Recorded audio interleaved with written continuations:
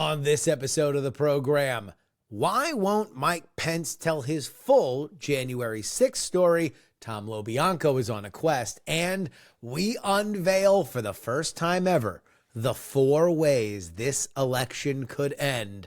Our scenarios. Evan Scrimshaw. It's all coming up.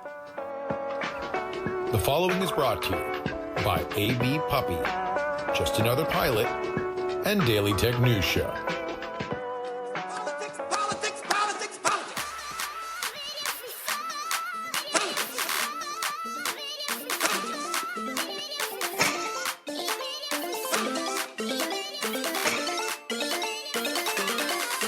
Hello and welcome everybody to the Politics program for October 9th, 2024. Your old pal Justin Robert Young joining you from Austin, Texas. And it is a new day for the Politics program. If you have already gotten the emails from both Patreon and Substack, here's the news. This is now a Substack podcast.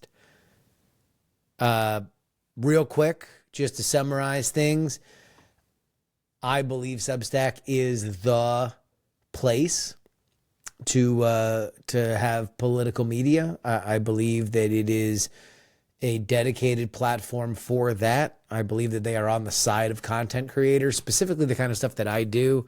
And in the few weeks leading up to this transition, I got to say, the Substack people have been aces. 10 out of 10. The goal with this show, especially as we go from now until Election Day, is to make it bigger and better on every possible level. So, if you are interested in supporting the show, you can head on over politics.com or search for Politics on Substack. If you are on our Patreon, or if you were on my free political newsletter Substack, you are already a part of it. We are offering a awesome deal right now until Halloween, and that is $99 for the content for a year. It's an annual plan. We've never done that before, and now we're able to do it on Substack. So head on over there. I'll plug it again in the middle of the show. But it's a little terrifying to go from sure money on Patreon to not sure money.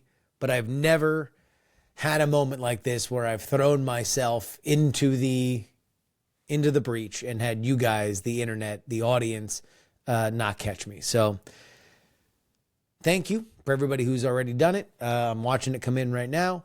Let's get into the show. So, we got a great one. Evan Scrimshaw is going to be on a little later.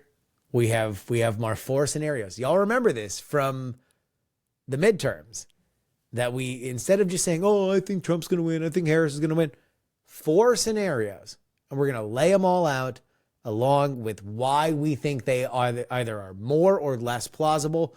But first, we've got a quest from our friend.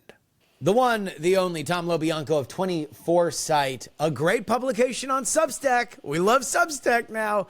Go ahead, find 24Sight. Tom, how you doing, buddy? Hey, Justin, what's up, man? Something we've talked with you about in the past is your book that you wrote about Mike Pence, and it has led you over the last week, especially with the unsealed Jack Smith filings for the January 6th case, on a little bit of a quest. Please tell us about your quest. This is a Pence quest. This is like Pence Quest 24. You know, it's crazy. You know, we're about the same age. You know, old school Adult Swim back when it started, and they were like redoing the Hanna-Barbera, and it was what was it? Sequest 2021. Of course, yeah, exactly. We underneath the water, Sea Lab. Sea Lab, yes. Classic. Yeah, we just blew right past that, and like nobody marked that at all. I did in my heart. So, I mean, yes.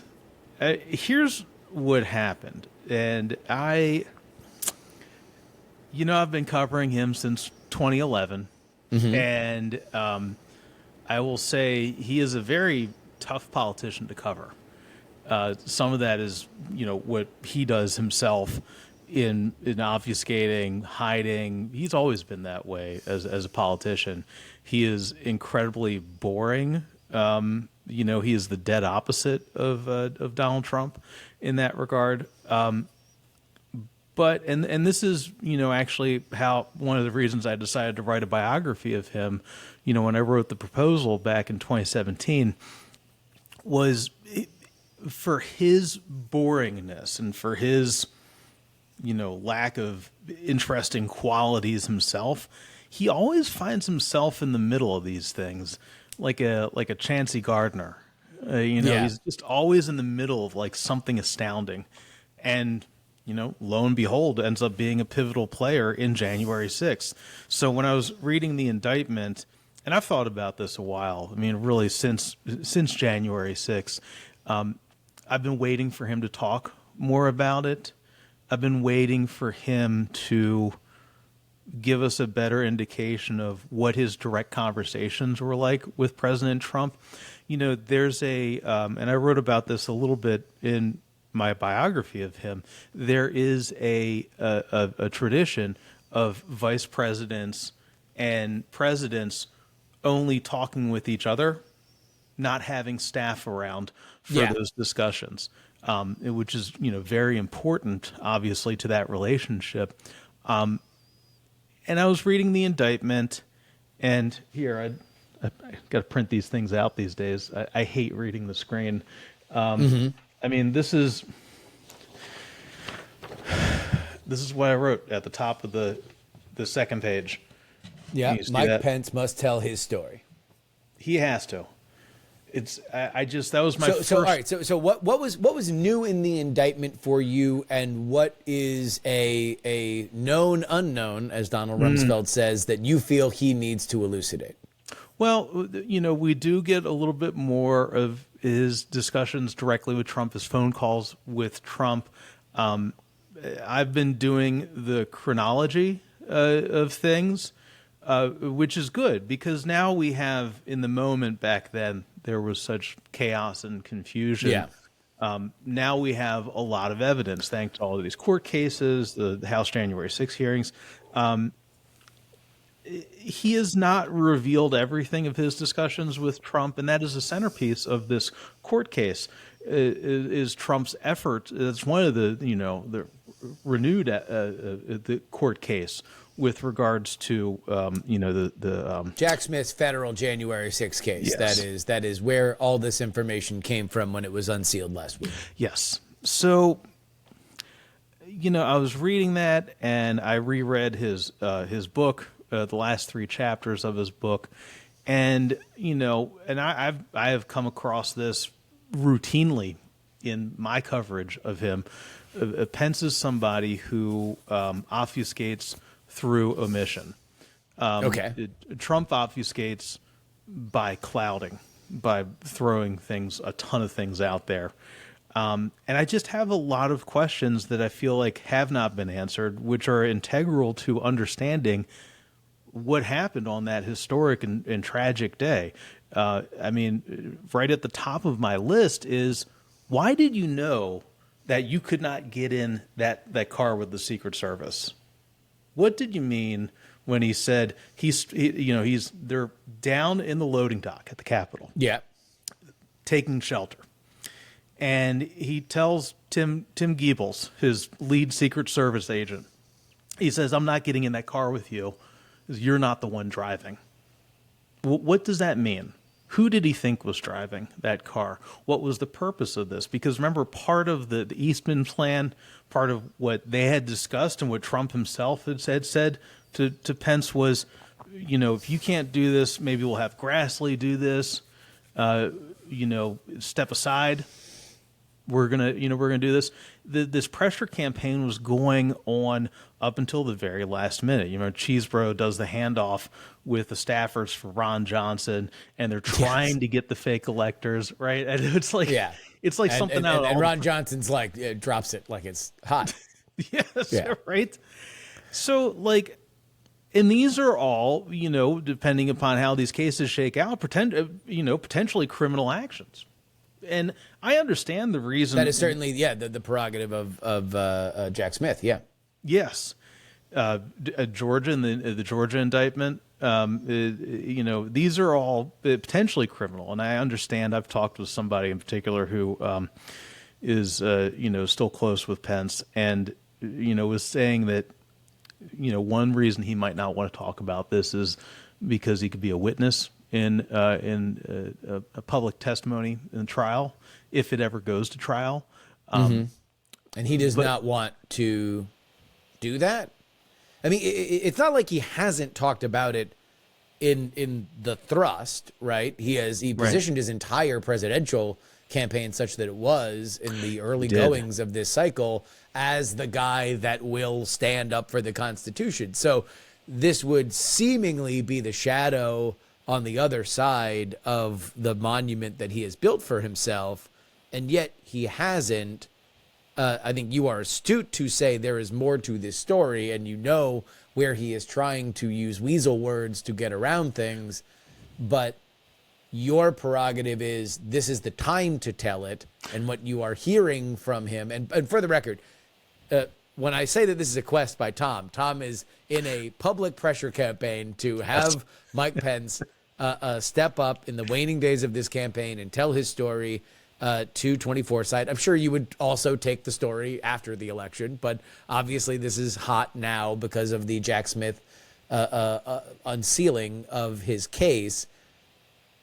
If you were to sit down with him, what's your first question?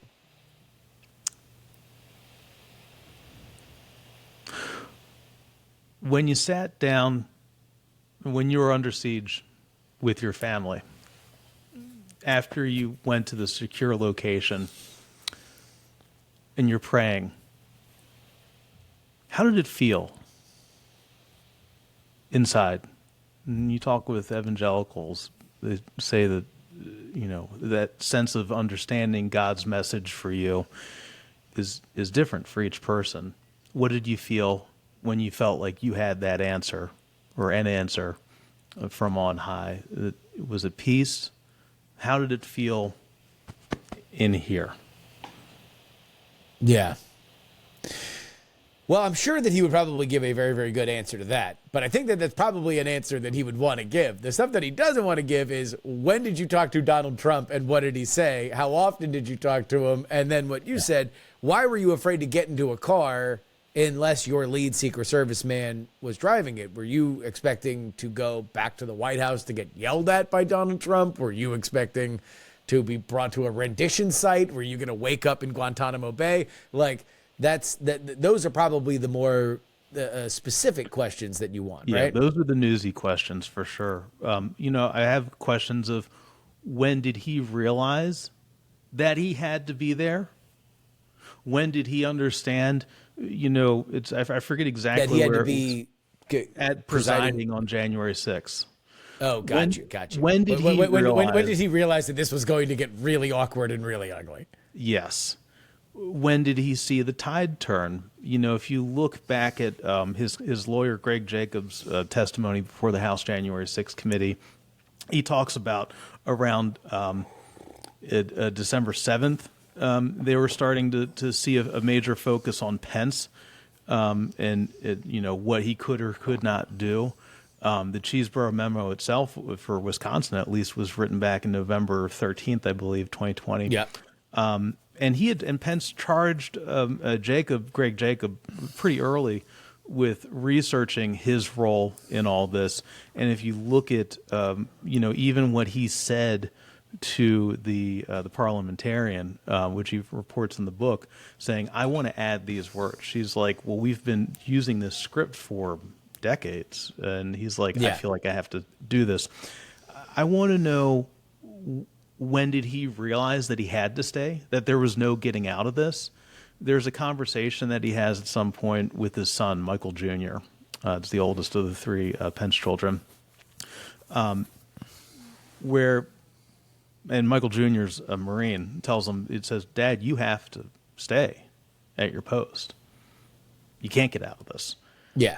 So I want to know why he felt like he could get out of it, what would happen, and why did he realize that he did need to stay there? What are the circumstances surrounding this? Also, I'm curious, does he feel like this is an act of heroism? I mean, does he feel that it's heroic? Because part of the debate that he had internally with Trump was, Trump is like, you have the unilateral power. If Mike Pence has the courage, this can all be different. Mike Pence, modest, meek, mere Mike Pence, who is the world's most boring politician with some kind of omnipotent constitutional power in the role there. Here would be my question, because Mike Pence is no dummy. He is somebody that very much understands the cold calculations of politics, and he has a very, very refined exterior, and like you mentioned, he will bore you away from a subject as opposed to distract you away from a subject. Yes. But he's a very, very keen operator. Yes. I would wonder, and this might be the reason why he doesn't want to give a full telling of this, how much of his reasoning for not going along with this plan was A, and I think that it could be a mixture of both. A, he believed this was a dereliction of his duty and a violation of the Constitution. Yep. And B, this is just not going to work, but with extra steps. And now just more people are going to get dirty. I'm going to get dirty. It's going to get sent back to the State House. It's just going to bounce right back here. The election is over. The will of the people has been expunged unless Donald Trump is marshaling the military to totally rewrite the Constitution. This is, look, we can squirm, we can yell, we can scream, but everybody that I think is smart has left this building. You're taking Sidney Powell and Lynn Wood seriously. I'm not going to do that, so I'm going to go ahead and punch my ticket and get the hell out of here. I wonder what the mixture of it, because my gut would say that it's probably 25% the Constitution and 75%. Like, no, I'm not going down with this ridiculous plan. Also, that's stupid. It's like when John Bolton said about the Ukraine operation back during the first impeachment in 2019. He says, I don't want any part of this drug deal. Yeah.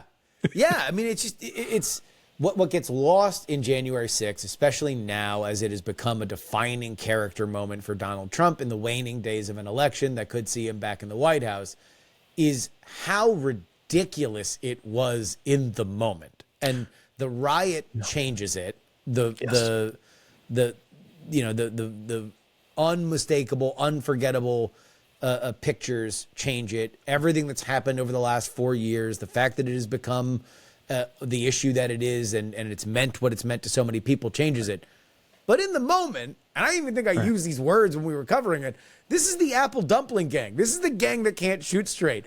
Anybody that used to be a smart operator within Donald Trump's orbit, they tapped out. It was not, they were not sending their best. The people, and you know that they weren't the best because nobody's there now. Everybody that is next to Donald Trump, there is no Sidney Powell, there's no Lynn Wood, there's no John Cheesebro, and he keeps some wackadoodles around him. We were going back and forth about Corey Lewandowski, who has apparently two-stepped his way in and out of this campaign. He still talks to Corey, still talks to Roger Stone. There are people that he keeps around him. None of those 2020 stop the steal, release the Kraken people. Well, that were amongst that crew are still there. Well, remember, Sidney Powell is back. It has been back recently as part of the current election lawyering efforts underway. I forget where I saw her testify. Stone, of course, was the architect of the Stop the Steal, and it has remained around, but they've been very careful to keep him to the side. Exactly. And that's part of, like you said, that's part of the two-step. Is Lewandowski the real campaign manager or the pseudo campaign manager? I don't think either one of those is the case, but he is somebody who is consistently in Trump's ear, and Trump is talking with him, and that's very much how Trump has always operated. I just think how many people does that dude call a night? That's something that you always hear. Is like that Donald Trump is talks to people daily. And it's like, does he just sit down and have a list of 50 people that he calls? Like he's calling Sean Hannity, he's calling Corey Lewandowski, he's calling like, and how long is he talking? 10 minutes, 30 minutes? I'm curious to see that man's iPhone. Jack Smith has seen his iPhone. Yeah, that's true. He mapped it. Yeah. Which we saw in the indictment. I mean, this is why it's important. I don't know directly myself what Pence's thinking on this is. Maybe he's thinking he's going to get a third book out of this.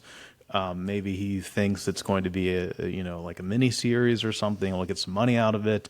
Maybe he's waiting for again for the prosecution, the January 6th court case. But as I look at it as a reporter and in the circumstances, I think there's a distinct chance that he does not get to tell the entire story. He cannot, if Trump gets back in and pushes out shuts down the DOJ case, the January 6th case, he does not give this testimony under oath. Whatever complete testimony before the grand jury we never hear from. There's very real, and I've talked about this with one person in particular who used to be a part of Pence's orbit. There's very real familial and personal considerations here of threats, potential threats. He faced a lot, and it was incredibly. I should say this too, and this is why I'm pushing publicly. As I am. And if you can go read the open letter over at 24site.news. Please I've pinned it to the top of the page. It's number 24sight.news on Substack. Glad you're on, man. On the team. I wrote this open letter with reverence. And this is how I would address a letter if I was writing an email to his chief of staff. Yeah. This is an interview request. And I wrote it with reverence because he is such a historic figure. And he already faced this. And then, as you mentioned earlier, he went and ran a campaign on something that is an incredibly unpopular topic with modern Republicans. You're not if you're in the Republican Party, you are not supposed to talk about January 6th. And he talked about it extensively. He talked about it with Tucker Carlson on stage. And that takes some cojones. He is not a guy who spits and sputters and curses and has things about Hannibal Lecter or what have you. But his actions are strong. That is to go out there and do something incredibly unpopular politically. It takes quite a bit of courage. And I look at this as somebody who's been covering him for a long time. I've been covering Trump for about a decade now. I look at the circumstances of all this, what we know after January 6th, how that went down, some of the signs that we're seeing right now, some of the predicates for whatever will happen after this election. And it just seems to me that this is the time to tell it. He might not have that chance again. And we need to know this for history. We need to know this for American history. So, yeah. Do it. Mike, do it. Everybody go read the open letter, 24site, 24SIGHT on Substack, and continue to follow Tom LoBianco. Usually we talk longer, and unfortunately we are up against it here today. Aside from your Pence quest, I know that this is crunch time for the election that you have named your erstwhile news organization after. What do you got in the hopper here in the final weeks? There is a Trump person from the past who is back. Okay. I can't say yet. You might be reading about it soon. On 24site on Substack. On 24site. So, and by the way, you guys broke the Paul Manafort stuff we did. Back earlier in this cycle, and everybody was saying, well, no, totally BS, fake news. Guess who was strolling around the RNC? Right. Old Paul Manafort, glad-handed, having a good time. So Tom knows his stuff. He's a great reporter, and you should very much pay attention to him. Follow, subscribe on Substack. Tom, thank you so much. We'll have you back on before the end of the election with Michael Cohen to wrap up our little triumvirate series. Yes. Our PX3 team. Awesome. Thanks, Justin.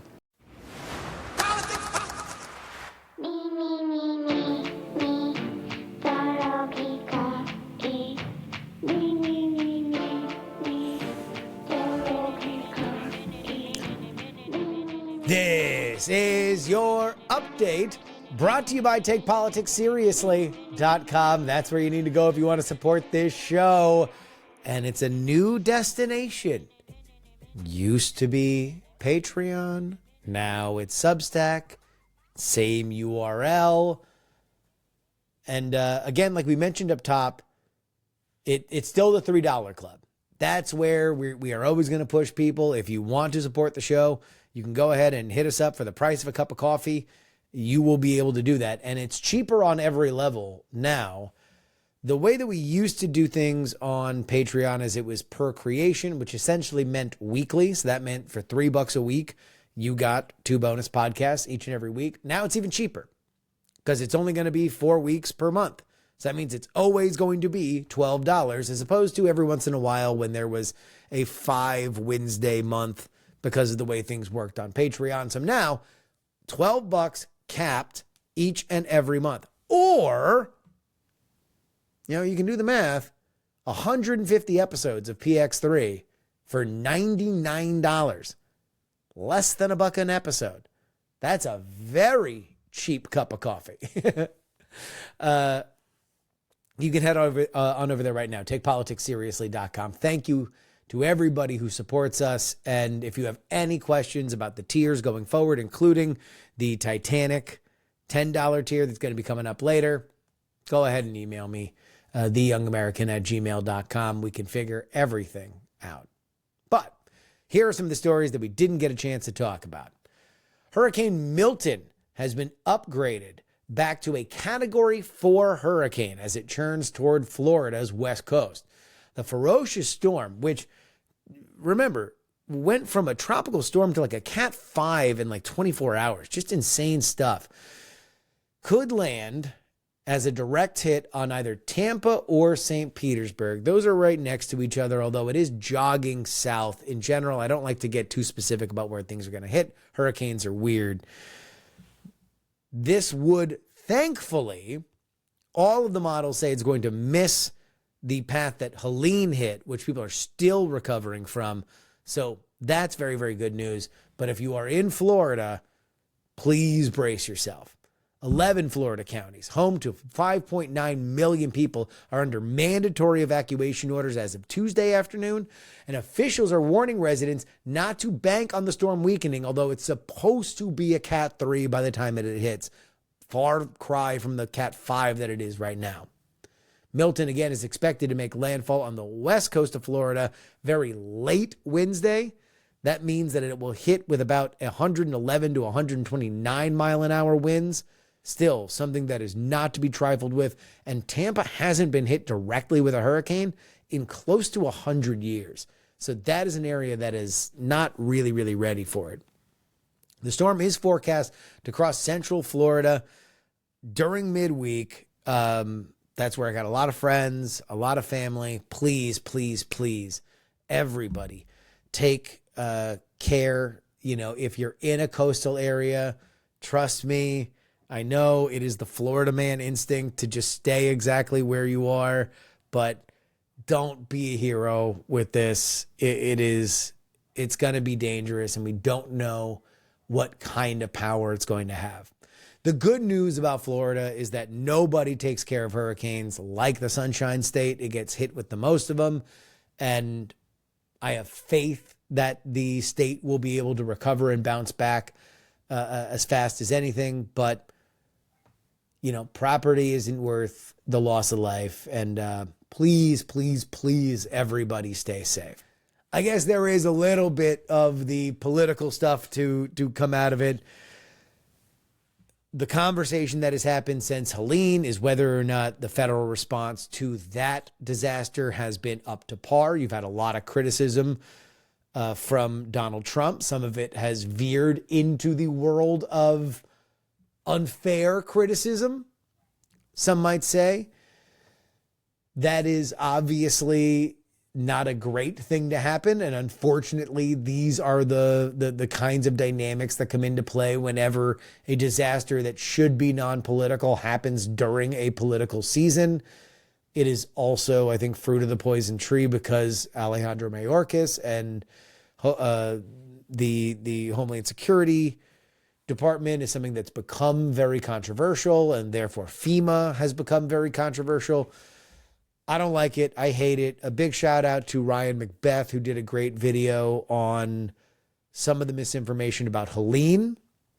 Specifically, he pointed out that if you are exacerbating a real thing that's happening, which is that a lot of these rural areas of the Carolinas, these mountain Carolina people that are rolling up to FEMA facilities with ARs on their back, and you got a lot of folks that came from DC and New York and California, and they look at a real ass mountain man with a gun on their back and react a little weirdly to it.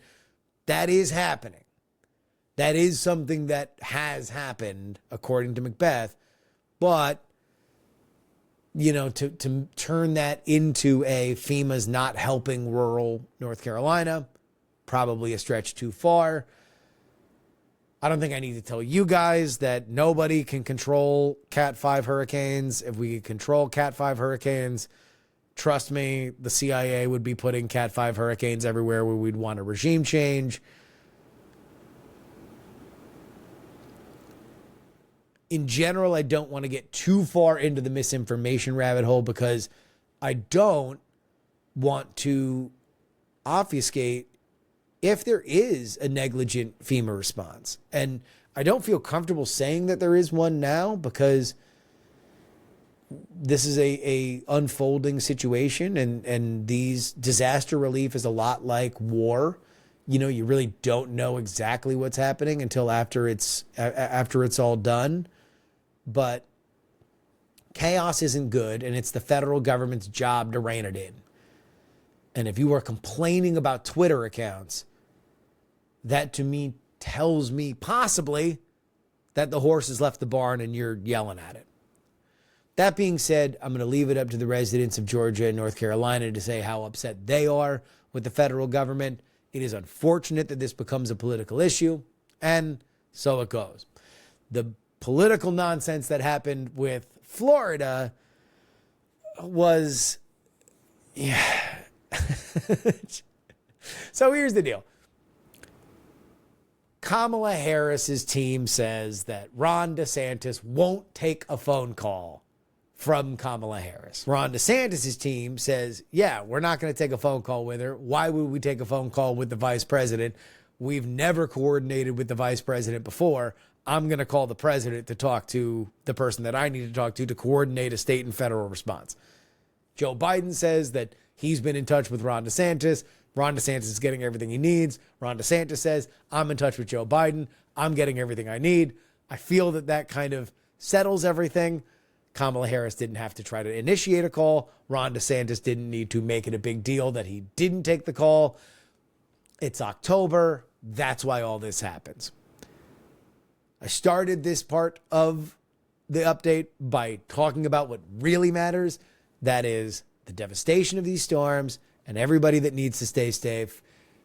I will continue that now.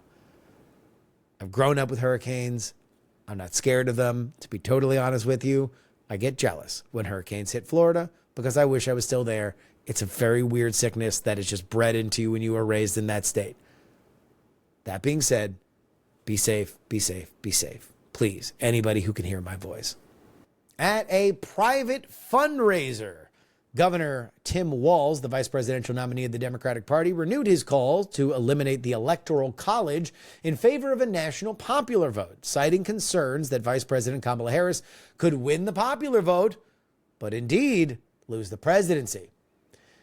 The fundraiser was at California Governor Gavin Newsom's residence, where Walz emphasized the need to focus on swing states like Pennsylvania, Wisconsin, and Nevada. Though Walz is no stranger to criticizing the Electoral College, he has done it in the past. His comments have raised concerns among some campaign officials. The Harris-Walz campaign clarified that nixing the Electoral College is not a campaign promise, but Walz continues to advocate for voting reform while prioritizing the upcoming election. This happened apparently first at a fundraiser in the residence of Alex Soros, son of George, and his new fiance or wife. I'm not familiar with their matrimonial status. Huma Abedin, which George Soros' son marrying Huma Abedin is, which, if you're unfamiliar, Huma Abedin, longtime Hillary Clinton aide, best friend, some rumored more. She was married to Anthony Weiner, the up-and-coming politician whose wiener got in the way. Shout out to Carlos Danger. The fact that they're together, I'm like, a portal from Alex Jones's imagination has opened up and is now visiting itself onto our world. Walz, man. Walz. What's going on, dude? Why are you saying things? He has a hard time staying on message. And I think it's because he's a solo artist that is not really naturally gifted at being in a band. Tim Walz is a Tim Walz dude. He wants to get out there. He wants to talk about Minnesota. He wants to pitch bold progressive change. And this is not the campaign for bold progressive change. You know, the Harris campaign probably could have used somebody who's a lot more middle of the road based on where they've taken this campaign. You know, maybe somebody who's really charted a moderate stance. Somebody, I don't know, maybe from like Pennsylvania, like a swing state. I don't know. Who knows? You know. And finally, in economy news, a new HBO documentary suggests that Canadian developer Peter Todd is Satoshi Nakamoto, the pseudonymous, is it pseudonymous? Creator of Bitcoin. Filmmaker Cullen Hoback has presented the evidence linking Todd to the mysterious figure, confronting him and others in the crypto space. Although Todd claims I am Satoshi Nakamoto in the film, he has publicly denied being the Bitcoin's founder, calling the assertion of a gesture of solidarity with Satoshi's privacy goals. Todd is a prominent Bitcoin core developer and has always been respected in the community, but was not considered a prime suspect. Many remain skeptical, with some hoping that the true identity of Satoshi remains, as it is right now, a mystery. It is truly one of the great mysteries in our world, considering how much money flows through Bitcoin and what it has meant for crypto as a whole. A lot of big hype around that HBO doc, though. It's like, oh, politics and culture will never be the same when you find out who Satoshi is. Canadian developer that Bitcoin people know. Yeah. And that'll wrap it up. And that's our update. If you would like to support this show, or if you were already supporting this show on Patreon and you want to move your stuff to Substack, again, no new bonus episodes will be coming out on Patreon. They are on Substack. If you were on Patreon, you got an email, you can get your custom RSS feed. You're going to get all the episodes for the next month that you already were expecting, but you should probably just move your money over to the new thing. For the love of God, I have a newborn daughter. Please help me. I know I did this to myself, but it's going to be better. It's going to be better for the show. I'm going to make these episodes worth it. Trust me. TakePoliticsSeriously.com. $3 a week gets you 2 bonus episodes each and every week. And now, Mr. Evan Scrimshaw and the unveiling of our 4 scenarios.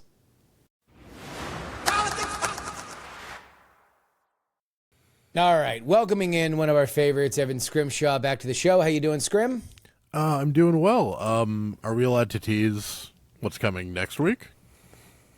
Sure. Yeah. Yes. Seems like me, you, and Brad Jacobeski are going to be doing a three-man weave, which I'm very excited about.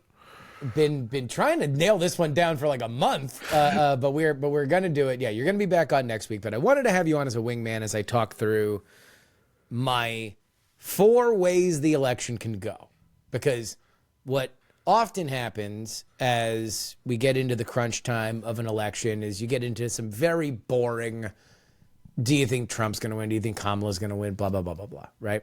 But instead, what I did in the midterms, and I'm doing again this year, is giving everybody 4 scenarios. And so at the end of each interview that we do, I will ask the guest which of the 4 scenarios they believe is going to play out.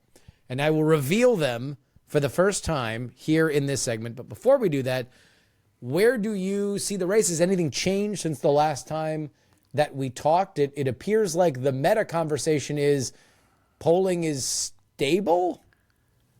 Yeah, well, which is partially a function of some contradicting polling and partially a function of just a lot of pollsters pull on cycles. And so a lot of people got their last polls, like their last national polls in sort of, or the second to last, I should say, sorry, in sort of like late September. We're kind of in a lull. Other than the New York Times Siena, we haven't had a super ton of high quality polling, and everyone's basically just kind of waiting now. Polling budgets are being saved, and then we're going to get the deluge the last couple of weeks with nationals and most of the swing state polls. I mean, I think subjectively today I feel better about the race just because I am a human being who likes to see Kamala Harris +4 in a New York Times Siena poll. Intellectually, +3, right? That poll does not actually meaningfully move the race because I'm not a hypocrite. Yeah. And I have said before the Times is one poll, and I can't say that about a Trump 5 in Arizona from the Times and ignore that here. I think this race is what it is. Kamala is narrowly favored by the polling. I think you can make the case, and I really like the way that you do the 4 possibilities because I've been thinking about like how one of the ways that I think about it is like, what is the narrative going to be election day? I think it's November 5th. So what's the narrative going to be November 12th? That's what I want to do. That's what I want to do with you and Ryan next week. Is I want to do a narrative draft of on either side. So we'll do a narrative draft next week. But yeah, the way I see it right now is you really have kind of a consistently positive story to tell from either side of the aisle right now. If you're Kamala Harris, based on the polling averages, you are narrowly leading. And in the third crack at trying to figure out what Donald Trump's electorate is, you imagine that the polls have gotten better. You imagine that they are better at weighting the hard to track feral Trump voters that don't appear out of the woods unless Donald Trump is on the ballot. So the polls could be accurate or maybe even undercount your support, and you are going to win this election. On the Trump side, if you're to tell them, hey, look, Kamala Harris is running behind Biden. She's by a significant margin. She's running behind Clinton in a less than significant margin in the polling. You seem to have cemented a lead, at least in Arizona and Georgia. It is a puncher's chance in Nevada where the polls have gotten better for Kamala, but it feels like people on the ground haven't gotten any sunnier about her disposition. And then that would leave it up to your power punch, white working class voters that has defined the Trump era. So it's funny because I'll listen to partisan media and both of them are like, man, look at those polls. It's not looking bad. Things are looking, no one's sure of themselves, but nobody thinks that they've been dealt a bad hand right now. Yeah. And the funny thing is that, you know, I have a lot of mostly Democratic friends and they're like, you know, what are you thinking? What are you feeling? And I'm like, I don't know.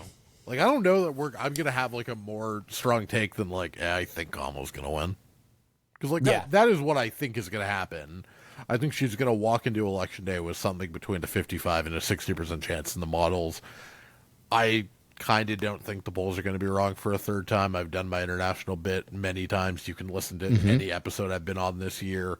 Polls don't generally miss the same way 3 times in a row. But, like, that is a subjective belief.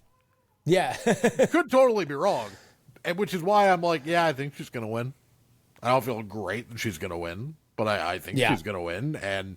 But this is like, I can't, like, in 2020, and I mean, I took this fact way too far, but like in 2020, the case for Trump winning was you had to just invent stuff because we all forget this. The polls for Hillary were not good. Like the polling miss was substantial. The 2020 miss was like 2 to 3x that, and he still couldn't win. That was how bad Trump's polls were, and they were bad for 6 months, right? I could fight. Yeah, we were seeing like high single-digit leads. I had all of this shit. I can't do that this year. What am I going to say? Oh, the polls might be right. Well, yeah, you're right about that. Okay, I mean, everything is within a standard polling error right now. Within a standard polling error, let alone a Trump-era polling error, yeah. Exactly, yeah. Which especially in the Rust Belt, has been meaty. You know, Sun Belt, the polls have been better during Trump, but you get into those white working class voters in the Rust Belt that don't leave their house unless they're going to go vote for Donald Trump. And it's been tricky. Have they solved it? We will find out. Obviously, we'll leave the whether or not the polls were wrong gets drafted in our narrative draft next week. But here we go. Scrim, do you want to go from positive Democrat to positive Trump or the other way around? Where do you want to start? Let's end with me being in a good mood. So let's do the big Trump win. Pax MAGA, the crowning achievement of the Donald Trump era has arrived. That is a Donald Trump win, a GOP Senate, and a GOP House. He's got all the levers of government at his disposal, and this is the end of what has been a big chapter in electoral politics. It has reshaped the way that we understand the modern coalitions. We see that the Latino voters did come over to the MAGA side. We see that the black voter turnout for Donald Trump has been so sizable that now there are deep conversations that need to be had within the Democratic Party. And this is notable for the next solution, there's a lot of anger in the Democratic Party. There's a lot of soul searching, but it feels more like the Republicans in 2012, where nobody really has a inherited full answer of exactly where they go. There's just a lot of shattered pieces on the ground. This definitely does end the era of kind of unquestioned recycling of Obama alums into the top of the Democratic stratosphere. But that is Pax MAGA, the most rosy Republican scenario. I also think that would, so I agree with everything you just said. I think and that would probably not just be a Trump win, but that is, he wins Arizona, Georgia, North Carolina, Pennsylvania, and maybe Michigan or Wisconsin. Like that would be a big, sizable win, big margins of victory, 2, 3, 4, 5 points in some of those states. Like nothing that can be contested, nothing like 2016, because, part of the problem for the Democratic Party was that 2016 was narrow enough nominally that Democrats could sort of trick themselves into we just kind of got unlucky in the Comey letter. Like this would be an annihilation. This would be like a total break the Democratic Party down. Would probably, end with Andy Beshear as your next nominee and the party taking a hard right turn on social issues. I don't think it's that likely, just because I do think Kamala's doing well, but, if you take the 2020 polling miss or anything close to it, that is what you would end up with. So I see the path for it at the very least. I think it's feasible, and let me just say this, as we go down to the bottom, I think that Pax MAGA is more feasible than the rosiest Democratic situation. And we'll get to that as we get to it. Spicy, we have a fight later in the pod. Okay, good. All right. Now, you mentioned where the Democrats go from there in a scenario where it is a big drubbing, a Republican drubbing. That brings us to our second way that this goes. The impending Democratic Civil War. That is a Donald Trump win, a GOP Senate, but narrow. So we're looking at maybe definitely West Virginia and Montana, but, Ohio, maybe Bernie Moreno wins, but everybody else keeps, right? So you do have a strong element of the Democratic brand is strong, and Hakeem Jeffries is the Speaker of the House. So now you have divided government, barely a Republican control. It is the end of the Trump era, as it appears it's going to be no matter what. But now, because there has been success with the Democratic brand, what I believe the defining thing that we are going to talk about and will happen almost immediately is a long gestating, brewing civil war within the Democratic Party that is going to spill out from behind the curtain, out front, on who's going to lead this and exactly where is the ideological temperament. Because a little preview for my narrative draft, I think that if Kamala Harris loses, especially in a scenario like this, the decision to pivot hard to the right after she took the reins is going to be very front and center.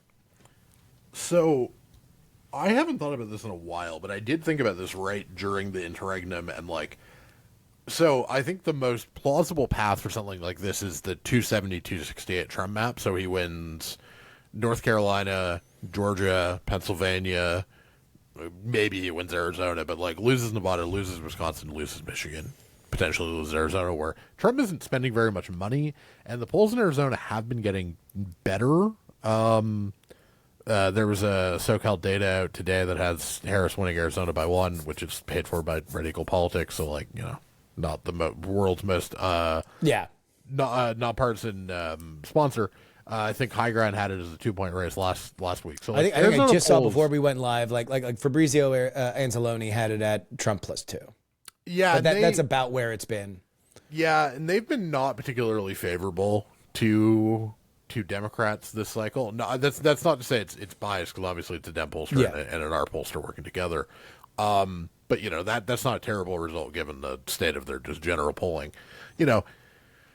I think in that case, how Kamala is viewed will be a really interesting thing, because she will have both been objectively a much better candidate than Joe Biden, and you will still have your Whitmer could have won, or your Shapiro could have won, or your whatever's coming out of the woodworks. And I think that'll be fascinating, because you'll have two different fights, right? You'll have the left-right, did we pander too much on immigration, especially on immigration?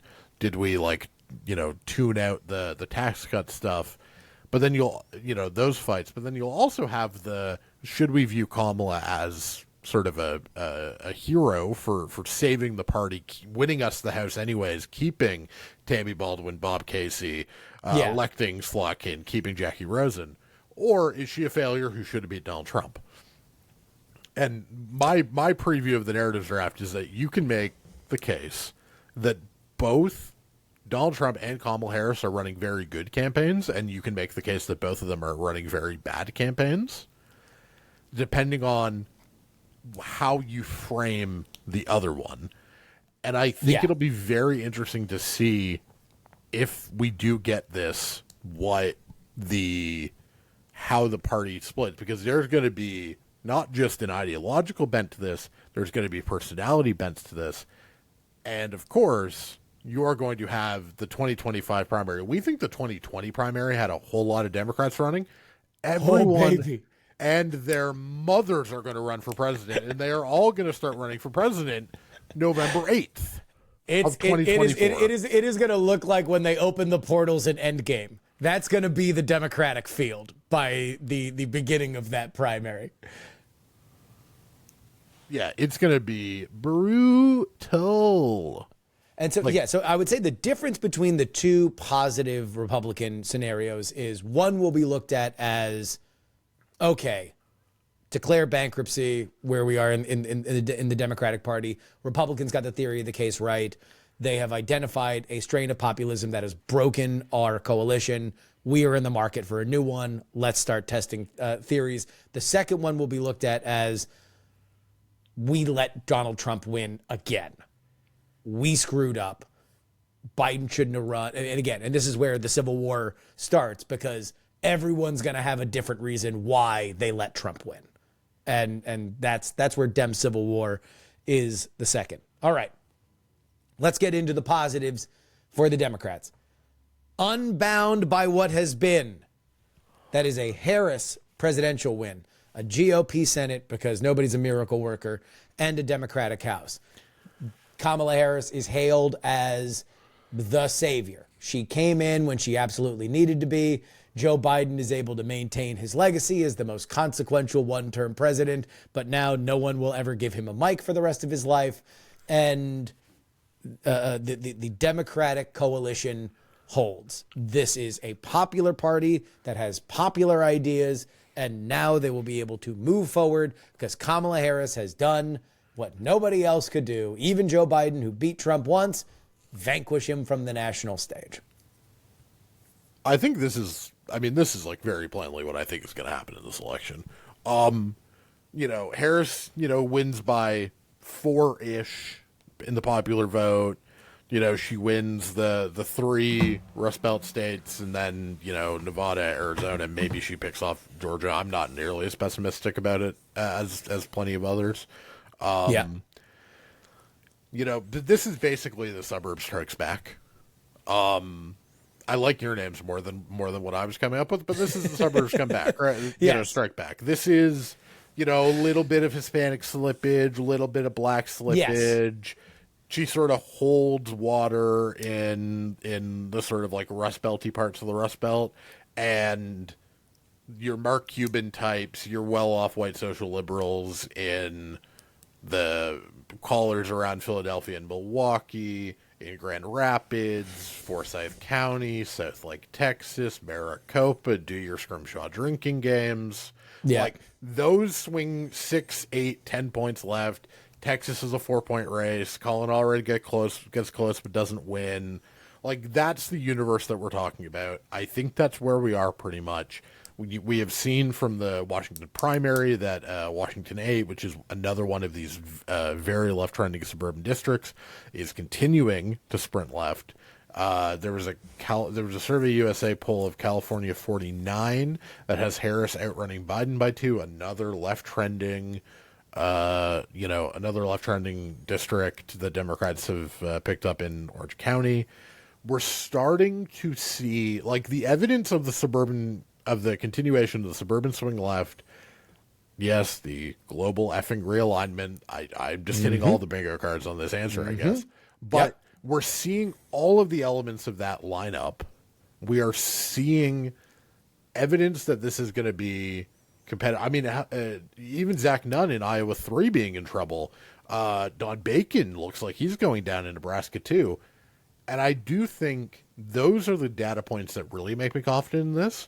Because if she really can do another 5 points in the suburbs, if she can really win Nebraska 2 by 10, 11, which is what I think the Times and CNN are sort of pointing to, then it's really going to be, then Trump really needs to get all of that Hispanic vote to yes, flip, and all that black slippage.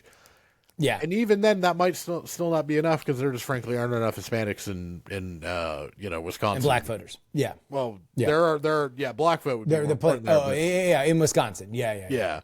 But like I think she is going to win. I don't think it's going to be nearly as impressive or as much of a sort of like knockout punch. But, Trump will be, 82 by next time.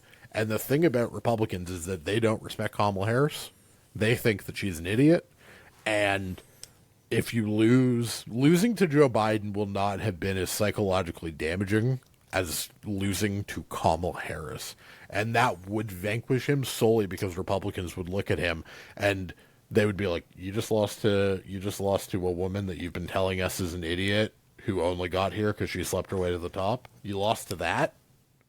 Like, then his whole winning thing just completely goes away. I think, also, yes.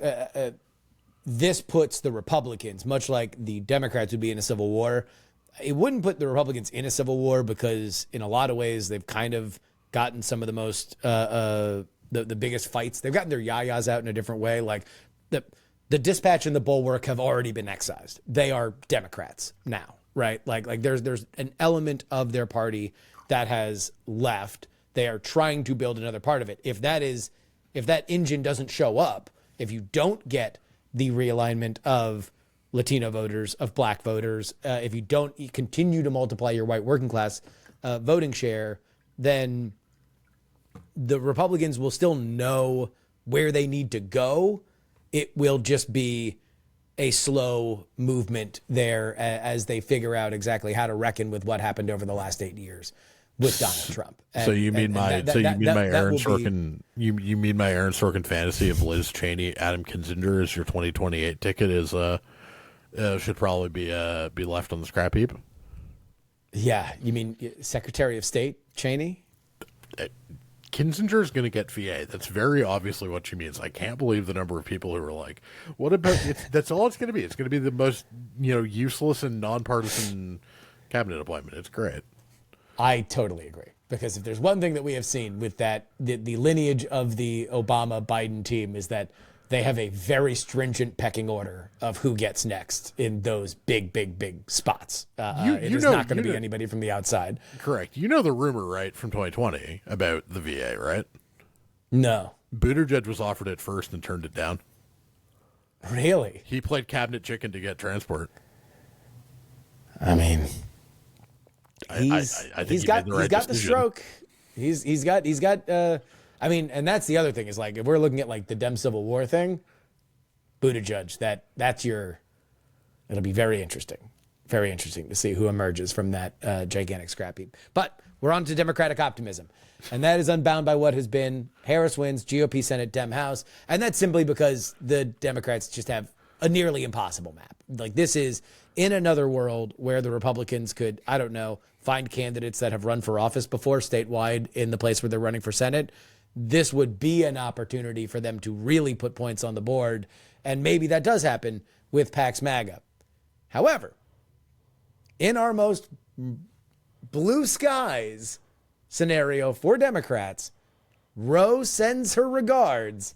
We have a Harris win, and we're flipping all of them. We are flipping Michigan, Pennsylvania, Wisconsin. We're doing Arizona and Georgia. We're doing North Carolina, and we're doing Nevada. It is an absolute sweep. And here's the big one. We get offense on the Democratic side of the Senate map. Colin Allred beats Ted Cruz. Break out the champagne. One of the biggest Voldemorts for liberals is now gone. And maybe the person whose name I consistently cannot remember beats Rick Scott in Florida. This is you lose West Virginia because that's never coming back. John Tester survives in Montana. This is over the moon. Oh my God, I can't believe that the Democrats rescued the country from the jaws of Biden destruction.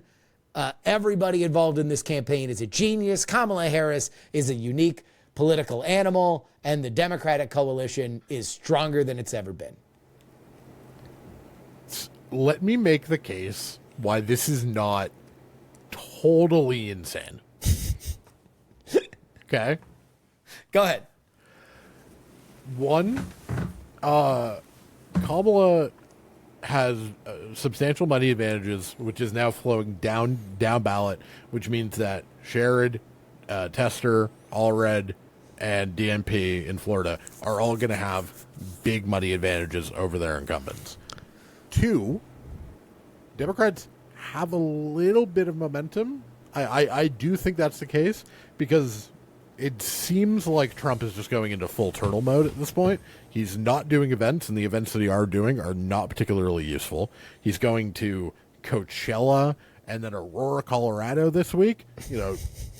Super useful. And no, before anybody he did just do 107,000 people in Butler, which is pretty significant. Okay, but that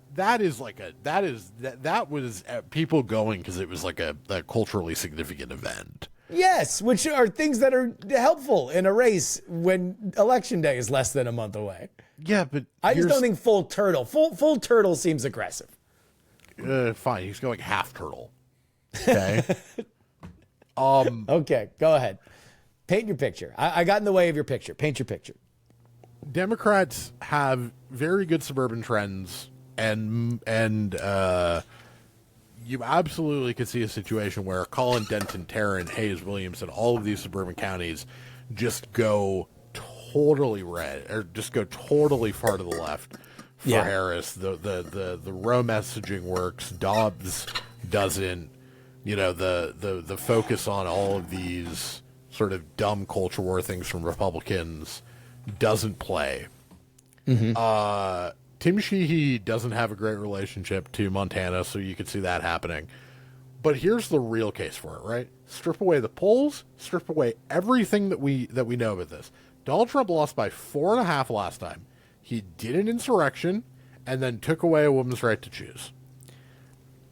The economy was bad. I do not do this thing where I pretend that the American economy is actually the great. economy's good if you hold it right. But it is good now. It was bad for 2.5 years. It's good now. Consumer sentiment is getting better. Getting better. Trending. Yes, I will buy trending. I don't know if good. Gas prices are pretty damn low. Gas prices are good. Outside of Florida and places that have been hit by hurricane and about to get destroyed. No, gas prices are good, and that is often a leading indicator. And inflation. The question really is, political partisans will bicker over what the rate of inflation is, like it actually matters. The reality is, how much are people stinging from every time that they go to the grocery store? And that's something that we can't really know. That is a psychological question. Right, but that's why gas prices are probably more interesting as a leading indicator, because that is a very vocal that is another thing that people either feel good or bad about when they go there once a week, maybe twice a week. Yeah, or often. But the real case for this is that Donald Trump was already an unpopular guy. Yeah. Then he did January 6th. Then he did Dobbs. Or his court did Dobbs. The idea of like a 6, 7, 8-point win is not completely, totally insane. And an 8-point win with some suburban trends is probably enough to get you Texas to a coin flip. And if, Colin Allred, runs 2 points ahead of Kamala, that's probably enough for him to win. Like DMP, Rick Scott has a tendency of playing up or down to the quality of his campaign competition, right? He beat he had 2 very close races for governor, which made everyone think he wasn't a great candidate. He beat Spill Nelson in a Dem year. He seems to be addicted to 1-point races, and sometimes, if you always play tight games, sometimes the coin flip goes against you. Sometimes you lose. I don't think this is happening. Now that was pre-DeSantis. That was pre-DeSantis, Florida, that he was winning 1-point races. Sure. Yeah. No, I do agree, but I mean, hurricanes feel like that could be like Florida from just a pure election management standpoint could be a fucking disaster this year, right? Like how are these places even gonna run their elections properly with the amount of damage that we're looking at? We'll see. I mean, never bet against Florida getting back on their feet really fast during a hurricane. There's no other state in the union that does it like Florida, and that's one thing. And obviously, prayers to everybody in Florida. Yes. I assume that one. Yeah, but just in terms of rebuilding stuff, and that's one thing that DeSantis DeSantis has gotten high marks on, is that for whatever you will think of him as a political operator, he is a details-oriented spreadsheet nerd, and when it comes to things like staging for emergency stuff, he's gotten a good reputation. So I while the question would be, okay, well, what does the damage do to voting patterns in Florida? It would be hard for me to say that it's good for Democrats, considering the path of this hurricane right now is literally the I-4 corridor where you need Democrats to turn out. Yeah. And I think to whatever extent this raises the salience of climate change for the last month of the campaign, I think that is not. I think that might be like, helpful nationally to an extent, but I don't think that's going to suddenly move the trajectory of the race in Florida. I mean, I don't think she's winning Florida, and frankly, and to be clear, I don't think DMP has been. By the way, speaking of the New York Times Siena eye popper, Trump plus 14 in Florida, which is something that. So I woke up. I don't believe. That. No, so I woke up to check the results at 5 a.m. Eastern, and I'm like, so I see the national, I see it's a +4, and I'm like, oh okay. +3 is what I'm seeing, unless it's +4 in the 5 wide. It's a rounded 4 on margin, 3. But it's 3 on margin. It's 3 on vote share. Got you. So I check it. I check the thing, and it's 49-46 Harris. I'm like, oh, that's a great result. And I check Texas, and I'm like, oh, it's 6-point race. Okay, totally makes sense. Suburbs swing left, Hispanics swing right. It's basically what Biden had. Okay. And so I'm going in and I'm thinking, okay, this is going to be like Trump 5 in Florida, right? And I keep looking at the numbers, and I'm like, I pinch myself literally because I'm like, am I still asleep? Am I reading this wrong? And then I keep checking, and I keep looking, and I close the app, and I go back in, and I check again, and it's no. And I'm like, what happened? What? Yeah. That is a crazy number. You look at that number and you're like, oh, if you're playing if this is true, then what else is true game? Trump plus 14 in Florida, to me, says Georgia and North Carolina, forget about it, right? If this is real, which I don't think so. No. I don't think Donald Trump is not going to win Florida by 14 points. Nobody is going to win Florida by 14 points. The Democrats are disorganized. There's a popular governor there that is a Republican. The Republicans statewide have done a really, really, really good job of out registering and just building an actual functional state party in a way that the Democrats haven't. I don't think that they're going to play there statewide until the Democrats actually get serious about playing there in years that aren't election years. And now it has drifted too far to the right that they're not even really playing during election years. But I don't think that anything is plus 14. Florida is not Alabama. Donald Trump is not going to win that state by 14. I don't believe so. The only case I'll make is that I'm pretty sure I did this exact same thing in 2022. And it's like, I mean, DeSantis and Rubio win easily, and then DeSantis ends up winning by 19. Yeah. That was my favorite, because U.S. There was a lot happening on a U.S. election, right? So you kind of like, oh, a race is over, and you kind of just put it to the side. And I'm like, well, DeSantis won Florida, great. And then, I was just, scrolling Twitter, a week later, and it was Ron DeSantis won by 19 points. Yeah. And I literally did a spit take. I was drinking a rum and Coke, and I literally just did a spit take. Because I'm like, what? Because I just totally missed that it had gotten that far out of hand. That had disaster written all over it. Charlie Crist is the Washington Generals of Florida politics, and that was a laugher from the moment that it started, which is the reason why Ron DeSantis was running for president while that was still going on. A Trump plus 14 victory is Trump winning probably by high single digits in Miami-Dade, winning Broward, which is impossible for Republicans to win Broward, winning Palm Beach by possibly double digits, and then keeping it close all throughout the I-4 corridor. That's, I don't know. I don't. And the other, the sort of Pinellas House seat, I think it's 13, Florida 13. A Republican internal only had a swing left from 2022. I think it's a Trump plus 7 district, and I think Trump is only winning it by 5 in a Republican internal. Those two things are not congruent with each other. Now, obviously there's a hurricane, and that's, could theoretically move things in a sense, but I just don't see 14, 13, whatever it was, really meaningfully being a blowout possible. in Florida is 6. It's still a very divided state with a lot of Democrats in it. If Trump wins by 6, everybody should look at it as a humiliation of the Democratic Party in Florida. Right. 14 is fiction. In my opinion. The worst part of this is that this poll is going to be wrong. Trump's going to win by 7, and then people are going to use the New York Times bias to be like, he underperformed. Is one to say he underperformed, and then in 2 years when there are term limits in Florida, right, for governor?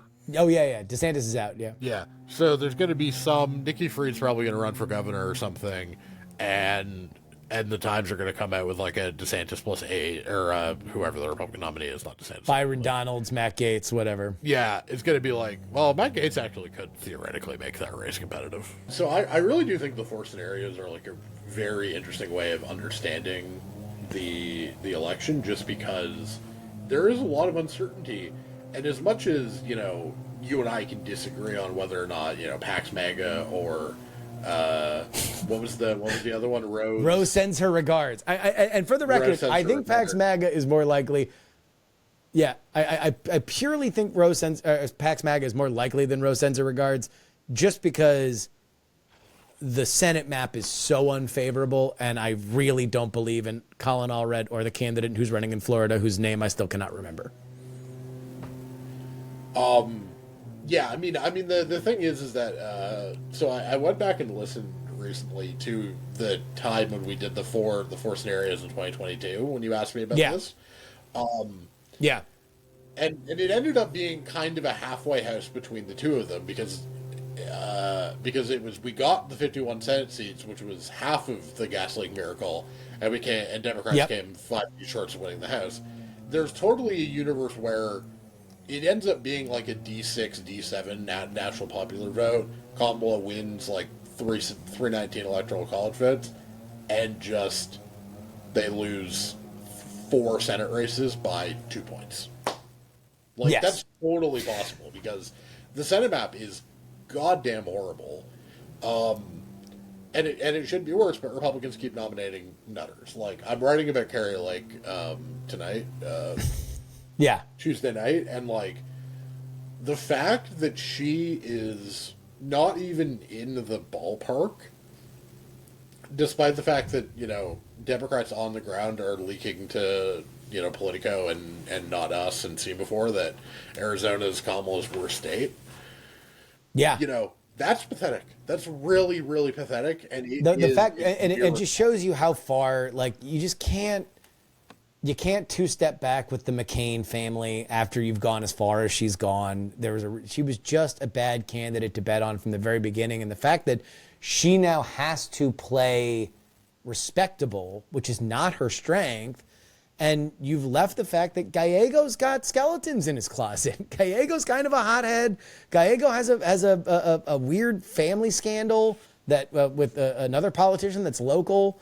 I think he left his wife for a lobbyist. Like, there's stuff there that Carrie Lake, the candidate that she ran before for governor, she could have gotten into a knife fight if she hadn't gone so far to alienate that. If that Republican Party in Arizona hadn't gone so far to alienate the Goldwater McCain voters, I think she would have had a shot. She should have a shot. And I think that election's probably going to be closer than the polls are. But, she's woof. So can I take a brief victory lap on something I said at some point on one of these podcasts? Sure. Go ahead. Go nuts. So I want to say in like August, I came on and said, because you asked me like, what do I make of the difference between all these Democratic Senate candidates and their polling and then Harris. And I basically said that what you're going to have is a bunch of is Republican Senate candidates are going to start getting undecided voters in their races who are voting for Trump to do it. Well, Cook just moved Tammy Baldwin into a toss-up today. Oh, really? Yeah, because she is claiming that she's in a tight race, which is also called I didn't raise a lot of money in Q3, so suddenly I need people to start prioritizing me on their donor lists. But like it happened with Bob Casey. We got a couple of rogue polls showing like tied or very close races. It's happened with Tammy Baldwin. Mike Rogers is less uncompetitive with Slotkin. Like, yeah, I definitely think Carrie Lake is going to lose by 6 or 5. But like, if Harris wins, she'll win by 1.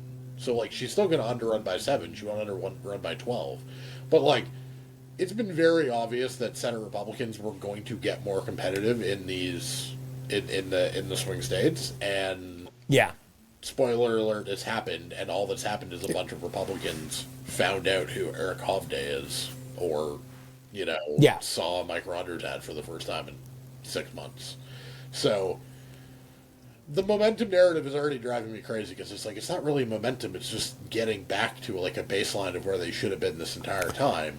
But it's the Beltway media and the Beltway media. I got a text from my friend Will, who is out in the UK, and he was going through his feelings on kind of the meta narrative of media stuff that we have, and he was like, well, do you think that Democrats get criticized too much and Republicans are just so outside, they color outside the line so much that like nobody criticizes them? And I'm like, I think it's kind of the wrong way to look at it. If you really, really, really want to break it down, elections don't move fast. Judging an election day by day is like judging a ship, like a gigantic ocean liner that's sailing from New York to Liverpool.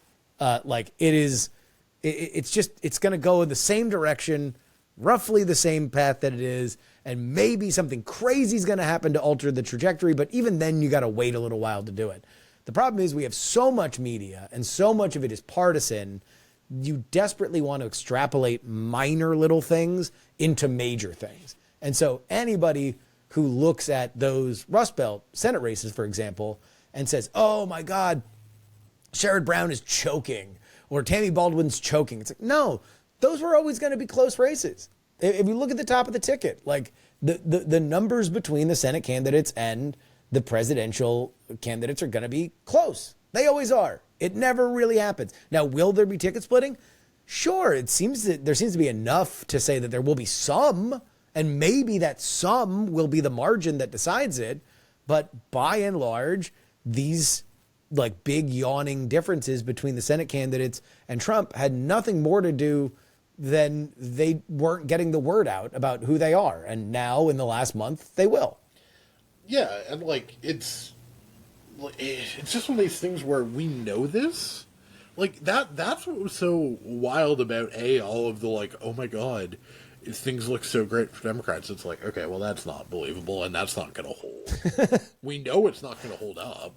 Like, I'm sorry. Like, I'm not. Even I am not willing to buy into some Democratic optimism. Like, what are we doing here? So we knew it. We knew it was a fig leaf that was always going to evaporate. We knew it was just a lack of name ID causing it. And the way we really knew it was, of course, Slotkin would routinely poll at 44, 45 on vote share, while Baldwin, Casey, Jackie Rosen were in the high 40s. Spoiler alert, because Slotkin's the only one of those that isn't currently an incumbent office holder. So, like, we just knew it was a vote share thing and a name ID thing. And now name ID's higher. Everyone's been paying consultants millions and millions of dollars for ad buys. It's just, it's just a laughable proposition. You've got media sort of buying into it because they need something to cover. But I like the ocean liner comparison, because the other funny thing, of course, is that we're all addicted to Twitter.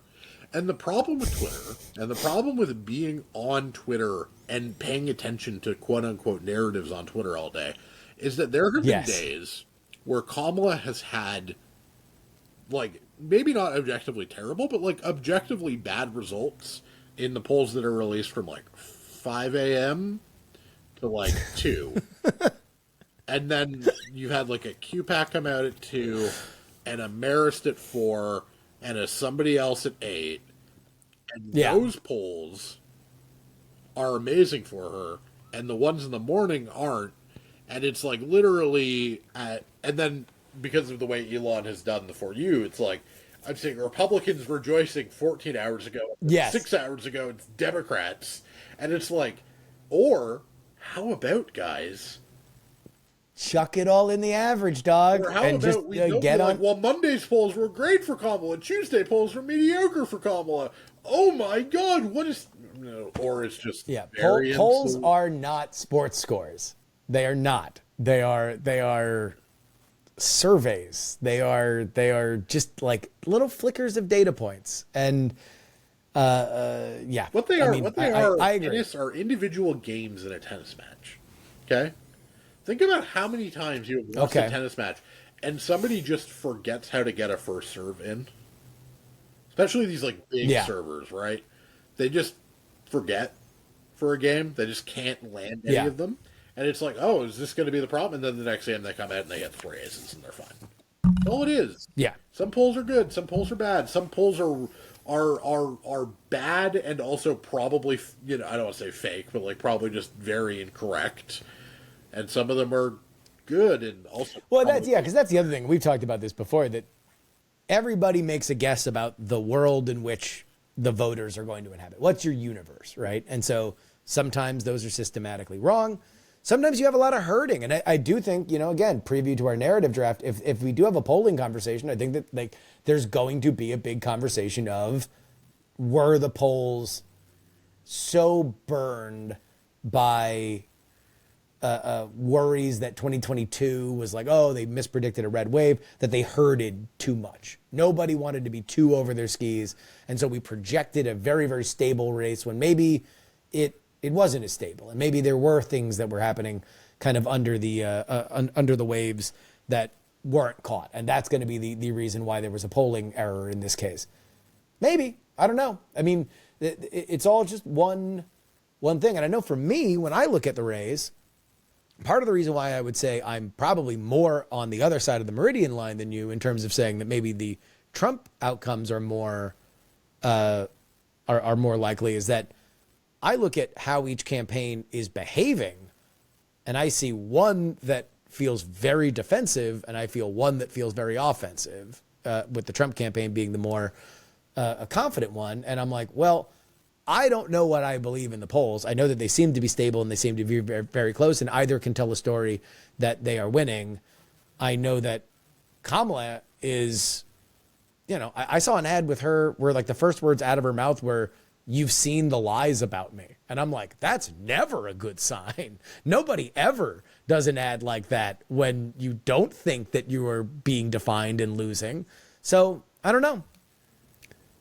I definitely get the case that you make and that you've made before. I also think I also keep coming back to like, screw the polls. Just talk to me about the fundamentals. Trump is an unpopular candidate who has done 2 very high salience things to become more unpopular with certain voters. Like, and to be clear, you can totally make the case. And I'm sure on the narratives draft, we're going to talk about this in depth, so I don't really want to spoil that conversation. But, like, I can totally make the case for Pax MAGA. Oh, I completely can. I can do it. Well, look, he's the challenger. He's the challenger with a resume in an election that's a 60-30 change election. Right there. Yeah. Usually that candidate wins. It's a very, like, this election is fascinating, but also, like, I actually think picking through the entrails of this election is going to be it's going to be good. It's going to be way more fascinating than a lot of others, just because we feel confident in so little right now, and a lot of the people who might have been like, a lot of people learned the lesson to not draw false inferences from the polls, right? Like, yeah, because there was so much narrative in 2020 about, well, why is Wisconsin so much bluer than the other 2 blue wall states? What is happening here? Is Wisconsin being way more infected with COVID, causing it to vote more blue? And it's like, literally none of that happened in the slightest. No, it was totally fabrication. Why is Pennsylvania so much redder than Michigan and Wisconsin? Literally the same relative partisan. They're all the same. Three states. It was really, really, really, really close in all three states, and this time it came out blue as opposed to red like it did in 2016. But it literally went Michigan, Pennsylvania, Wisconsin, bluest to reddest of those three states twice in a row. And there was all of this talk and all this narrative and all of this like, well, maybe this is the explanation and maybe that is the explanation. And I think everyone has kind of learned to wait for the actual results before we start the creation of what I always refer to as grand unified theories, right? Yeah. But I think that like they're slow to develop right now. You know, Editor Mentum was saying today on Twitter, and hopefully we will have him back on the show in due time. But you know, somebody was saying, "Oh, this is a boring election comparatively," and he was like, "Well, yeah, but Biden watch was really exciting." And I was like, "Yeah, but I think that was kind of the last big take that people really wanted to like put their whole chest behind." Because after that, you had the sugar high of Kamala that I don't think anybody really thought was permanent. No one thought that this was a total laugher past that. Now you've seen everything tighten back up. She's leading marginally, but again, less than the previous two candidates against Trump. And so it's like, I don't think anybody's really out on, you know, except for the loons, right? Like nobody who considers themselves a neutral arbiter has like a big chesty opinion of like Kamala, all 7 swing states. And here's my case. Maybe that'll show up in the next 3 weeks. I'm sure it will. But right now you're not seeing that. There's nobody like scouting out that island. So no one is really doing a Texas take, which I think is fascinating. Yeah. Yeah. Because obviously Texas was a lure for a certain kind of moron, me, to fall for in 2020. But no one's really doing a Texas take. Most of the discourse around Florida is sort of hitting back at the loons on the Democratic Party, saying it's competitive. I mean, like the most full-throated, like quote unquote controversial opinion that really anyone is willing to offer with their full chest is Kamala is actually favored in Georgia. F the polls, which is like, but even then, that's like controversial, which is not what the polls say, but also a left trending state with a high black population is going to do well for. Yeah. And also it's like, oh no, I'm going to defy the polling average by 1.5 points. Like that's not ballsy. No, right? That is it's like the closest thing to ballsy that anyone the closest thing to ballsy. Yeah, I agree. Yeah. Say. I think we're so down the hall of mirrors of unprecedented events that nobody is really sure that they want to risk their bacon on anything. And that's on the Republican side too, because you don't really hear like, you know, I think that the more aggressive side was like, well, Glenn Youngkin believes that Virginia's red. And it's like, you don't really see that. That's not really around. You know, everybody's kind of hanging in the pocket, which is interesting. Well, everyone's scared. Here's the point I keep making. How many people have correctly called the last 4 elections, the last 2 midterms, the last 2 press cycles? How many people have called all 4 of those correctly? Almost nobody. Because a lot of the people who got 2022 very right got 2020 very wrong. Yeah. Myself very much included, right? A lot of the people who got 2020 right by believing in the polling miss and believing that Trump had some latent strength, whatever, were the ones who were saying 245 House seats and Senator Blake Masters. Yeah. And so everyone is a little bit chastened by a recent failure. Yep. Nobody really knows whether or not Kamala is... And I think the big thing is no one knows if Kamala is going to really solve the black vote problem or not. Because that is far more significant for the Electoral College than Latinos. Because if she underruns Biden in the black vote, which there's a statistical argument to be made that she does that, then yeah, this is deep doo-doo. Yeah, then Philly, Detroit, and Milwaukee are all substantially on our list. Georgia's completely off the table if that happens. Yep. In a meaningful way. North Carolina. Carolina, yeah, that's also not happening.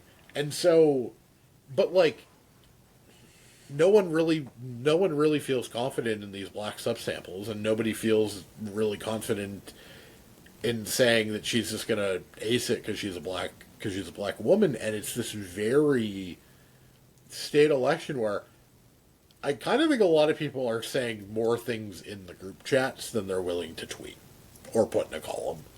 And I just want to say this, you don't get any credit for that. I don't care what your private screenshot says. I don't give a single shit. No, come on. No. Say it out loud and say it on this show. That's our challenge. Or shut up. Or you don't get to take credit for it. Because that's it. Like, I suspect that people actually have hotter takes, but they're just we're all just trapped in this, like, well, I don't want to be Twitter's main, election Twitter's main character today. I know. You don't want to be on bad political takes on the Twitter. You don't want that. You don't want that screenshot getting dunked on. I'm honestly surprised no one has written the Why Colin Allred can win piece yet. Because, like, I think he's got a 30% chance of winning. I don't think he is going to, but, like, that's the kind of take that, even in 2016, we definitely would have seen by now, right? The problem is, it's Trump. It's Trump, right? I think if Colin Allred, who I think is running a good campaign, he's not as electrifying as Beto, but he is solid in a way that I think Beto wasn't. And if Beto was more disciplined like Allred, he probably would have won. But off-year election, Democratic swing election. This is Trump in Texas, man. There are and in a state that is heavily, the border conversation is interesting in Texas because you got a lot of people who live on the border for which, like, the problem with immigration in this cycle is not necessarily like people coming over the border and then just inhabiting the towns in Texas. It's, asylum claims that have filtered out throughout the rest of the country. But still, the ads that I'm seeing are culture war ads attacking Colin Allred, which you knew he was going to take. Colin Allred running like a Republican, which is another reason why I have a question about the D+6 environment, is that I see a lot of Democrats running ads like they're Republicans. Very curious to me if this is a D+6 environment. And then Cruz running, at least maybe I got this during Monday Night Football, so this is targeted toward the cool the blue center of the red stake of Texas, which is Austin.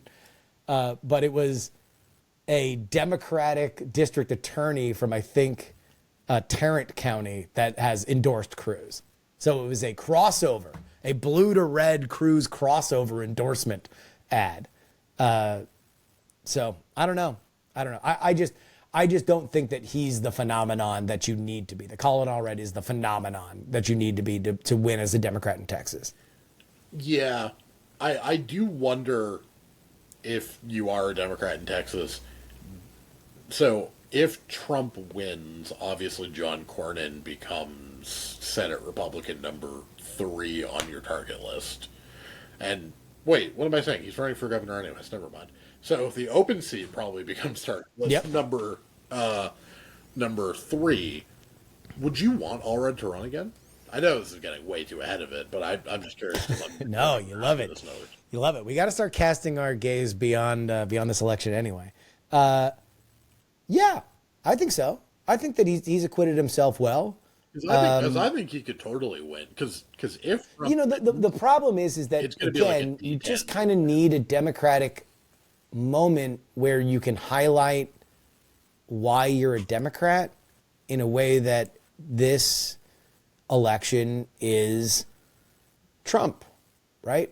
We're in our 3rd Trump election. Everything on some level revolves around Donald Trump. And you're not, like, even the abortion conversation is not one that I think we're going to see literally in 2026, which win, lose, or draw on the election. The reality is that we're going to need to have to focus on what the actual solutions are state by state, because regardless of what Kamala Harris says, I don't think they're going to have the Senate.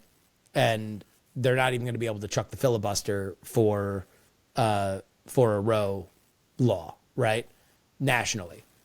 And the way that we're going to talk about this going forward, I think, is going to be fundamentally different. Because it's either going to be fundamentally different and Democrats are going to have a more piecemeal approach of this is what we are looking for right now, or it's going to slide in its relevance. Because you can't, at this stage, continue to wait for Godot on we're going to restore Roe. I believe this is the last chance you get a chance to say that federally. Yeah, and it's going to be, and then of course the other thing is like, and I think this is the big question, is that if Kamala wins, how do Democrats avoid 2026 being, because it won't be a 6-year slaughter for Kamala, but it will be a 6-year slaughter for this administration. Six-year midterms are disasters generally, even more so than first-term ones. Like Bush had a decent first-term midterm. 2006 was, of course, was a disaster area, right? That the 6-year slaughter is a big problem.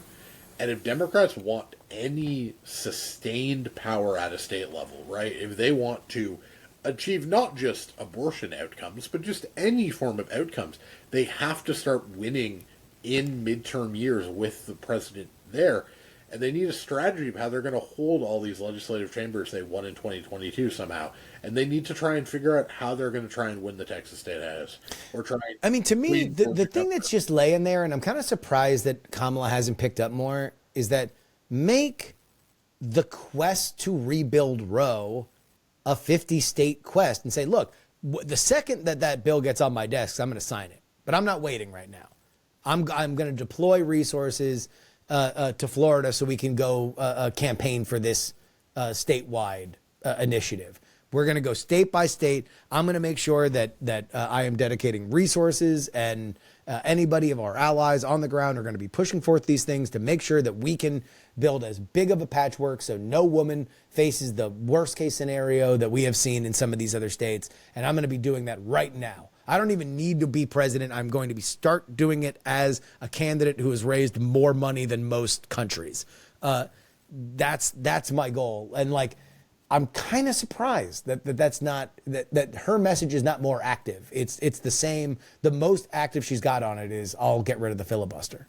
Why hasn't she just flown down to Arizona like 4 times and done rallies with Katie Hobbs and the leaders of the measure there, right? Why aren't we using the fact that we have governorships in 5 of these 7 big 7 swing states to raise the salience? Why aren't we going to Michigan and standing with Gretchen Whitmer and saying, Gretchen got abortion rights protected in Michigan, and we're going to go to Michigan and basically just recreate the Dean scream without the actual scream at the end. Exactly. We're going to Florida, we're going to Arizona, we're going to Wisconsin, and I feel like they think woman's right to choose. I feel like they believe that if they do that, they're ceding Trump's point, which is that this should be a conversation in the States. I don't agree. Yeah. I genuinely believe that you can do both. You can chew gum and walk at the same time and say, yeah, we're going to fight state by state, tooth and nail, and we're going to have a federal law when it comes to it. All right, Scrim, thank you so much. Where can people find you? Political betting, NFL, NHL, and whatever else at thelines.com. I'm filing a piece on Robert Saleh's firing as head coach of the Jets. Oh, yeah. Woody Johnson, big news. Bleeping idiot. Although I'm perfectly happy because I've got Jets unders. Day. General political writing, Canada and U.S. Scrimshawscripted.substack.com. Follow me on Twitter at @Scrimshaw. Buy my book Salvation in the Storm. Is that it? Yeah, that's it. Coming back. There we go. Very excited for the narrative draft. Narrative draft next week. We will get that when we do. Thank you so much, Scrim. Thanks.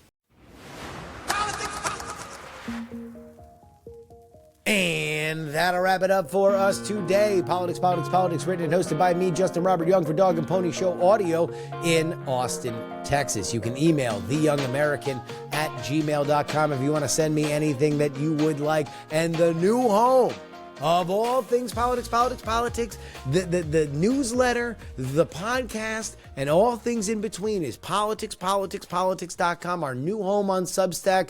Mwah, I love it. You can follow, find, and share video clips of the show, Justin R. Young, on TikTok, Instagram, and X. And you can find our YouTube product, Politics, Politics, Politics, on that platform, youtube.com/@politics. Of course, you can always support us with a one-time donation on PayPal. It is paypal.me/payjury. That is PAYJURY. My Venmo is Justin-Young-20. My Cash App is PX3Cash. You can send me anything you'd like in the mail. Post Office Box 153184, Austin, Texas. Again, that is P.O. Box 153184, Austin, Texas 78715. The only place you can get our bonus content, however, is TakePoliticsSeriously.com. Our $3 tier gets you 2 bonus podcasts per week covering all the news we miss on our free podcasting schedule. And again, $99 for the whole year. This is only going to be available until Halloween. So head on over there, politicspoliticspolitics.com, TakePoliticsSeriously.com. But that $10 tier, well, that gets your name read at the end of the show like these fine folks in the Titanic $10 tier. That's where, and that's available on the new Substack as well. It is annual now, so you have an option to just pay the annual fee for that. But we're going to read the old list for now. Edwin, invoke Gloria Young for King of the New World Order. Mike, Edison. Jeremy, a dog named Checkers. Sarah Jeannie. Matthew, Phil. Dr. G, his nerdiness Charles, Neil, Darren, Idris Arslanian, Berkeley Stephen, Chad, Zombie Doc, Matt P, Chill, Sean, Song Notes by David Potts, Nicholas, Sparky from Stevens, Florida, Fat Tony's PJs from New York, Michael J. Brown, Devon the CFP, the Borge B, Will, Gloria, my mom. See if my mom changes her Patreon to Substack.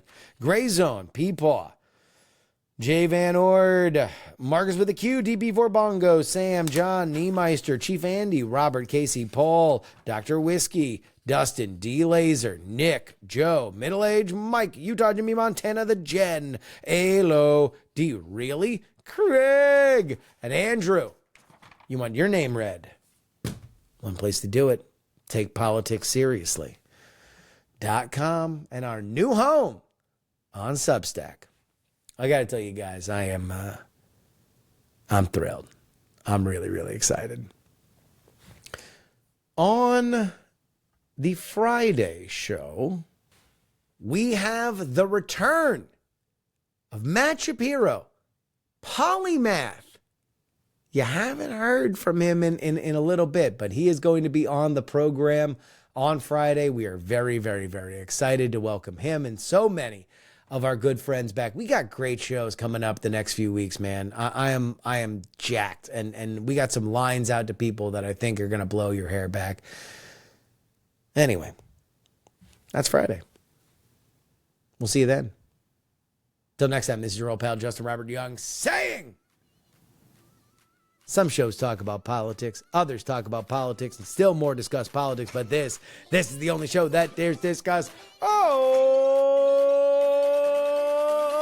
three. Diamond Club hopes you have enjoyed this program. Dog and Pony Show Audio.